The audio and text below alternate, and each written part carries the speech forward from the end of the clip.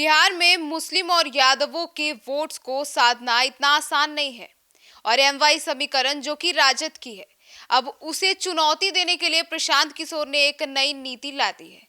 जी हाँ, नमस्कार, आप देख रहे हैं सिटी पोस्ट लाइव। मैं हूँ सृष्टि राज। प्रशांत किशोर ने आरजेडी को चुनौती दे दी है और मुस्लिम वोटर्स को लेकर कुछ नया चुनौती दिया गया है। क्या है ये पूरा मामला, इसके ऊपर विस्तार में जानकारी देंगे हमारी सहयोगी मुस्कान। तो मुस्कान, प्रशांत किशोर ने आरजेडी को क्या चुनौती दे दी है? देखिए, बिल्कुल प्रशांत किशोर की भी नज़र मुस्लिम वोटर्स पे है और आपको पता है कि बिहार में मुस्लिम वोटर्स कहीं ना कहीं लालू जी की तरफ ज़्यादा झुकती है। और आपको बता दें, प्रशांत किशोर ने साफ कहा है कि अगर राजद मुस्लिम उम्मीदवार मैदान में उतारेगी तो उनकी पार्टी जन सुराज उस सीट से कोई मुस्लिम उम्मीदवार नहीं उतारेगी। इसका मतलब समझ रही है, डिलवा कर रहे हैं कि जहां आपकी उतारेगी ठीक है, वहां हम नहीं उतारेंगे, जहां मेरा मुस्लिम उम्मीदवार रहेगा वहां आप मत उतारिएगा। अब डील हो रहा है। ये दाव सीधे महागठबंधन के मुस्लिम वोट बैंक पर पकड़ को चुनौती देता है कि प्रशांत किशोर मुस्लिम को साधना चाहते हैं।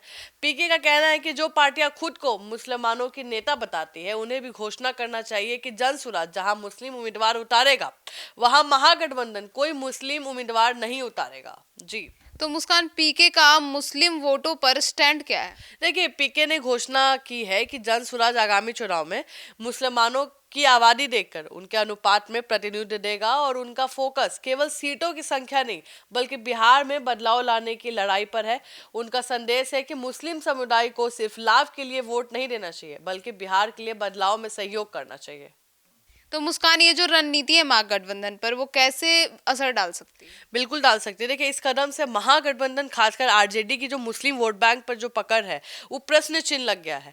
पीके का दाव ये दिखाता है कि मुस्लिम वोट बैंक किसी पार्टी का संपत्ति नहीं है और बल्कि उनकी हिस्सेदारी चुनावी समीकरण में निर्णायक है।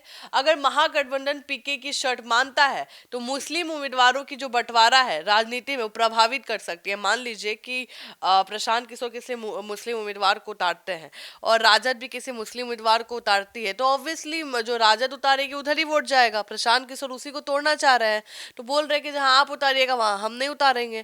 देखिए, ऐसा तो नहीं होगा सारे स्ट्रॉन्ग कैंडिडेट राजद के पास ही होंगे, प्रशांत किशोर के पास भी तो कुछ अच्छे कैंडिडेट होंगे ही होंगे। तो प्रशांत किशोर बोल रहे हैं कि अगर आपको मुस्लिम इतना पसंद है तो हम खड़ा कर रहे हैं, आप मत करिए।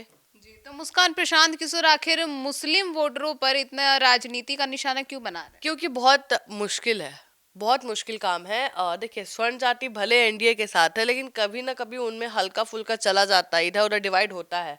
और भी अन्य जाति है उसमें भी होता है, दलित या अति पिछड़ा बोलिए उसमें भी होता है, लेकिन मुस्लिम इतना आसानी से इधर उधर नहीं जाते हैं। ठीक है, मुस्लिम कहीं ना कहीं राजद से ज्यादा क्लोजनेस अपने आप को पाते हैं।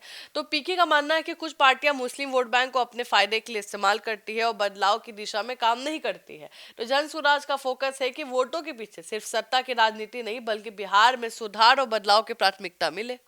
तो मुस्कान, ये मुस्लिम समुदाय के लिए पीके का संदेश क्या है? पीके ने मुस्लिम से कहीं ना कहीं ये अपील की है कि वे सिर्फ सीटों की संख्या के आधार पर वोट ना दे कि उनकी कितनी जाति को कितनी संख्या मिला है, बल्कि बिहार में बदलाव लाने में सहयोग करे। उनका कहना है कि समर्थन का मूल्य केवल चुनावी गणना में नहीं होना चाहिए बल्कि सुधार और विकास में भी होना चाहिए। तो ये जो कदम उठाया जा रहा है प्रशांत किशोर के द्वारा, इस पर भी समीकरण जो है, चुनावी समीकरण, वो कैसे असर डाल सकता है? देखिए, अगर पीके की रणनीति सफल होती है तो ये गठबंधन के मुस्लिम वोट बैंक पकड़ को कमजोर कर सकती है। इससे बीजेपी और अन्य पार्टियों के लिए चुनावी रणनीति बदल सकती है। मुस्लिम वोट बैंक सिर्फ राजद का दावा नहीं रहेंगे बल्कि पीके की जन स्वराज के लिए निर्णायक मोर्चा बन सकता है। देखिए, आप समझिए, कभी भी तेजस्वी यादव प्रशांत किशोर का जो ये चुनौती मान लीजिए या डील मान लीजिए इसको नहीं अपनाएगी, क्योंकि वो अपने वोट बैंक में एआईएमआईएम को तो ले नहीं रही है राजद। तो प्रशांत किशोर का डील के क्यों मानेगी राजद? एआईएमआईएम तो मुस्लिम के लिए है, ये कोर फोकस है उनके लिए। तो एआईएमआईएम आती है तो आपको ही पता है कि मुसलमान फिर डिवाइड हो जाएंगे। डिवाइड तो होना है, जहां मुस्लिम देखेंगे कि मेरा आदमी आ रहा है मुस्लिम वही जाएंगे, बिल्कुल जाएंगे। तो प्रशांत किशोर का डील क्यों मानेंगे? वो अपने ही उम्मीदवार उतारेंगे। तो प्रशांत किशोर, इससे बस ये पता चल रहा है कि प्रशांत किशोर अभी ज्यादा फोकस कर रहे हैं मुस्लिम वोटर्स पे, जिसको हिलाना मुश्किल है। यादव प्रशांत किशोर को वोट नहीं कर रहे उतने, ठीक है। मुस्लिम का चांसेस बहुत कम है। यादव और मुस्लिम पे कोई बड़ी पार्टियां इतनी आसानी से नहीं दावा कर सकती हैं सृष्टि, चाहे वो बीजेपी ही क्यों ना हो, एनडीए क्यों ना हो, ठीक है। लेकिन बाकी सब स्वर्ण जाति एनडीए के साथ है, प्रो एनडीए है। मांझी जो पासवान मांझी ये सब प्रो एनडीए है, नो डाउट। लेकिन यादव मुस्लिम यारा मुस्लिम पे कांग्रेस भी तो नजर बनाई हुई है, वो भी तो चाह रही है, सेंधमारी करने की कोशिश कर रही है। कांग्रेस राजद देख रही है ना कि किन किन सीटों पे कांग्रेस मांग रही है। बहुत सीटें जो मुस्लिम यादव वाली भी मांग रही है कांग्रेस, तो उस पर ध्यान है। और तेजस्वी यादव का वही बैकबोन है, वो उसको हटा के कैसे खेलेंगे? उनके पास वही दोनों है, तो वो नहीं हटाएंगे जी।